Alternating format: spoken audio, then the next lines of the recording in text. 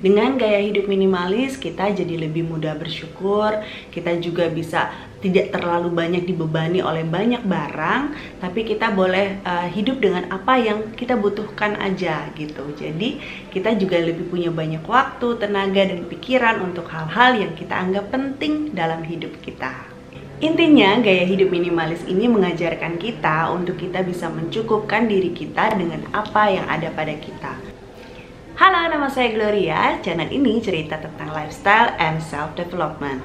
Dan di playlist kali ini saya akan banyak cerita sama kamu tentang gaya hidup minimalis.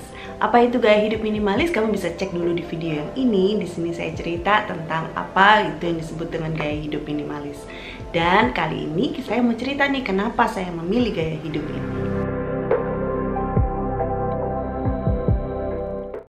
Dari dulu sebetulnya saya orangnya sederhana, nggak banyak neko-neko lah. Saya nggak terlalu suka barang-barang bermerek, tapi saya memang suka banget tetap belanja gitu ya. Seneng beli barang-barang yang saya inginkan gitu. Window shopping, lihat-lihat barang yang bagus-bagus, terus saya beli. Itu masih suka saya lakukan. Nah, waktu saya belajar soal gaya hidup minimalis ini, saya tertarik banget gitu. Saya langsung mikir, wah asik banget ini gaya hidup ini, karena kita jadi nggak terlalu berat gitu jalani hidup dengan barang yang jumlahnya sedikit. Nah, jadi dimulai dari tahun 2008 waktu saya sama suami memutuskan untuk beli rumah sendiri. Setelah kita 8 tahun menikah, lalu akhirnya kita memutuskan untuk beli rumah. Nah, satu konsep di pikiran kita itu waktu itu kita harus beli rumah yang kecil dan tidak banyak barang gitu kan. Jadi akhirnya nih, puji Tuhan, kami akhirnya dapatkan satu rumah yang jaraknya juga nggak terlalu jauh dari rumah orang tua, sehingga kami juga bisa sering-sering liatin orang tua juga kan. Jadi rumahnya juga sesuai dengan konsep kami, kecil dan nggak terlalu banyak barang. Ukuran rumah kami kecil tapi nggak apa-apa, yang penting kami happy. Jadi lantai 1 rumah kami itu dibiarkan plong gitu ya. Hanya ada 3 kursi rotan untuk di ruang tamu sama 1 meja. Kemudian di ruang keluarga ada 1 TV, kemudian sofa. Lalu kemudian ke sana lagi ada ruang makan, ada 1 set meja makan dan kitchen set. Baru di belakangnya ada kamar mandi. Naik ke atas ada 3 kamar, 1 buat saya dan suami dan 2 untuk anak-anak kami. Kami dari dulu nggak pakai asisten rumah tangga, jadi semuanya kami kerjakan sendiri. Nyapu, ngepel, cuci piring, cuci baju, semua ada tugasnya masing-masing. Jadi kita biasakan, habis makan harus cuci piring sendiri. Udah gitu kemudian masing-masing itu udah ada tugasnya. Kalau udah selesai, misalnya dari luar gitu ya, sepatu taruh langsung di tempatnya gitu. Kemudian baju langsung dicuci, taruh di cucian. Kemudian habis nyuci, habis dijemur, kemudian baju langsung dilipat aja. Nanti aja disetrikanya pada saat kita mau pakai gitu. Jadi ada aturan-aturan tertentu yang kita berlakukan di rumah supaya kita punya tugas masing-masing. Memang sih waktu anak-anak kecil itu agak susah menerapkan gaya hidup minimalis, karena kan tahu sendiri ya, anak-anak kan mereka berantakan biasanya ya kan. Kalau habis main nggak taruh barang-barangnya di tempatnya lagi, mainannya dibiarin berantakan, biasalah anak-anak gitu. Nah, memang ngajarinnya agak susah gitu, tapi kita biasanya waktu itu kita pakai menerapkan sistem good point bad point. Jadi biar gampang, kita nggak usah teriak-teriak gitu ya. Jadi saya sama suami kita bikin kayak dari 1 karton besar gitu, kita bagi 2, lalu kita tulisin good point bad point.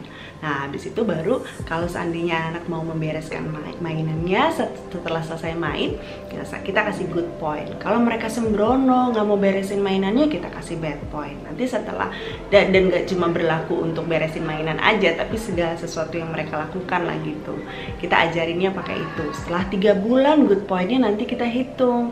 Setelah dihitung, mereka bisa nanti tukerin dengan hadiah-hadiah seperti yang mereka mau. Atau mungkin mereka bisa tabung, mereka bisa melakukan pokoknya apa yang selama ini mereka inginkan, kita sama-sama diskusikan, kemudian kita gantikan dengan bentuk good point tadi jadi hadiah gitu. Kami juga mengajarkan mereka tentang nilai suatu barang. Jadi kayak misalnya kalau membeli barang itu yang kualitasnya bagus, tapi kemudian nggak harus gonta-ganti terus. Kayak misalnya HP ya, kalau handphone kan biasa dong, kalau anak-anak di sekolah kan mereka saling membandingkan handphonenya satu sama lain gitu. Anak-anak kami nggak perlu ganti-ganti handphone terus-menerus gitu. Setiap kali ada handphone keluar baru, terus harus ganti ganti, enggak.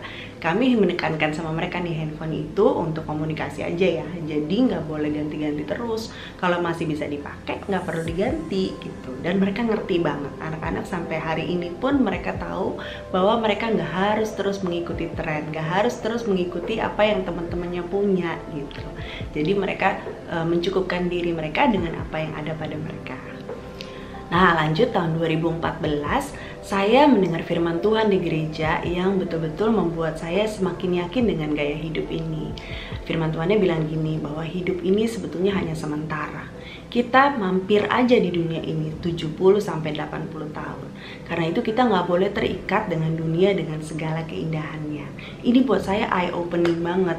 Karena memang saya baru, oh iya betul juga ya, kita hidup di dunia ini kan cuma sementara aja. Gak perlu lah kita untuk terlalu terikat sama barang-barang. Manusia itu kerja dari pagi sampai malam, cari uang sebanyak-banyaknya, beli ini, beli itu. Kemudian sesudah itu untuk pamer ke orang-orang, biar kelihatan keren, sampai hutang sana-sini. Padahal hatinya jadinya gak damai. Buat apa gitu? Toh kita hidup cuma sementara, nanti juga kita pada saat meninggalkan dunia ini toh kita tidak akan membawa barang-barang yang kita punya kan. Sejak itu saya makin serius menjalani gaya hidup minimalis ini. Punya suatu barang bersyukur, tapi kalau nggak punya juga nggak apa-apa. Kemudian kalau misalnya barang belum perlu diganti, kalau belum rusak ya udah nggak perlu beli yang baru. Kalau udah punya satu jenis barang nggak perlu lagi beli duplikatnya. Jadi saya cuma hidup dengan barang-barang yang memang masih saya gunakan. Sering-sering saya beres-beresin barang-barang, lihat-lihat lagi nih kalau ada beberapa barang yang udah berapa bulan saya nggak pakai, lebih baik saya donasikan buat orang yang membutuhkan. Barang itu cuma diem aja di lemari saya, buat apa? Lebih baik saya kasih ke orang yang memerlukannya gitu kan. Jadi saya makin yakin dengan gaya hidup minimalis ini. Saya yang tadinya susah nabung, akhirnya jadi bisa nabung, bisa investasi. Saya yang tadinya susah punya waktu untuk keluarga, sekarang jadinya punya banyak waktu untuk keluarga.